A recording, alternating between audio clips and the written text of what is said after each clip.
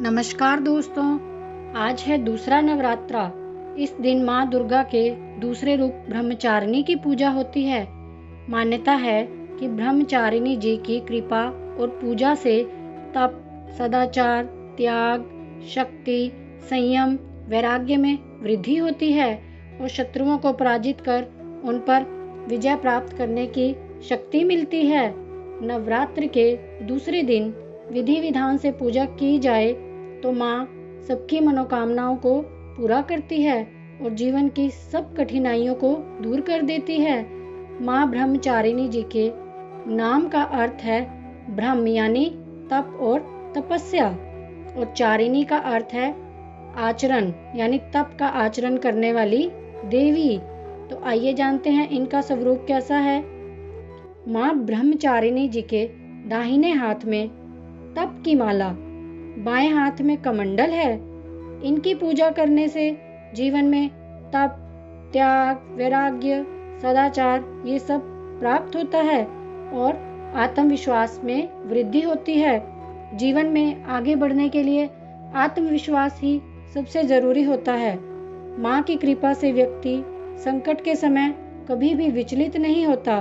वह अपने आत्मविश्वास के बल पर मेहनत करते हुए अपने लक्ष्य को प्राप्त कर लेता है।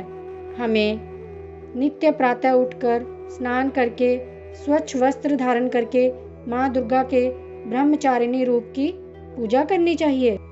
हमें माता को अक्षत, फल, फूल, रोली, चंदन अर्पित करके माता को दूध, दही, घी, शहद, शक्कर से स्नान कराना चाहिए और माता को पान, सुपारी, लौंग का भोग लगाना चाहिए।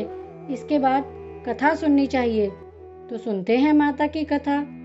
माँ ब्रह्मचारिणी जी को नव दुर्गा शक्ति का दूसरा रूप माना गया है। जैसा कि आप सबको पता है, माता सती ने ही दोबारा जन्म लेकर पार्वती के रूप में हिमालय राज पर्वत की पुत्री रूप में जन्म लिया था और नारद जी के उपदेश से भगवान शंकर को पति रूप में प्राप्त करने के लिए घोर तपस्या करी थी। इसी कठोर तपस्या के कारण इन्हें तपचारिणी या ब्रह्मचारिणी कहा गया। इन्होंने 1000 वर्षों तक केवल फल फूल खाकर ही समय व्यतीत किया। फिर 100 वर्षों तक जमीन पर रहकर शाख पर गुजारा किया। कुछ दिनों तक उपवास रखा। खुले आकाश के नीचे सूरज की भीषण धूप सही, वर्षा सही और अनेकों कष्टों को सहा। 3000 वर्षों तक टूटे हुए बेलपत्र खाए और शंकर जी की आराधना करती रही। इसके बाद उन्होंने सूखे बेलपत्रों को भी खाना छोड़ दिया। कई हजार वर्षों के बाद निर्जल और निराहार रहकर ही तपस्या करती रही। कठिन तपस्या के बाद देवी का शरीर कमजोर होता चला गया। देवता, ऋषिगण, सिद्धगण, मुनि सबने इनकी तपस्या को एक अभूतपूर्व कृत्य बताया और कहा कि संसार में आज तक किसी ने इतनी घोर तपस्या नहीं करी। यह तो केवल तुम जैसी देवी से ही संभव हो पाया है।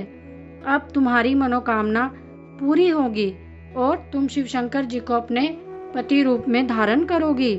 माँ की कृपा से सर्व सिद्धि प्राप्त होती है। हमें इस दिन माता का सच्चे मन से गुणगान करना चाहिए तो माता हम सबकी मनोकामना को पूर्ण करती है। जय माता की।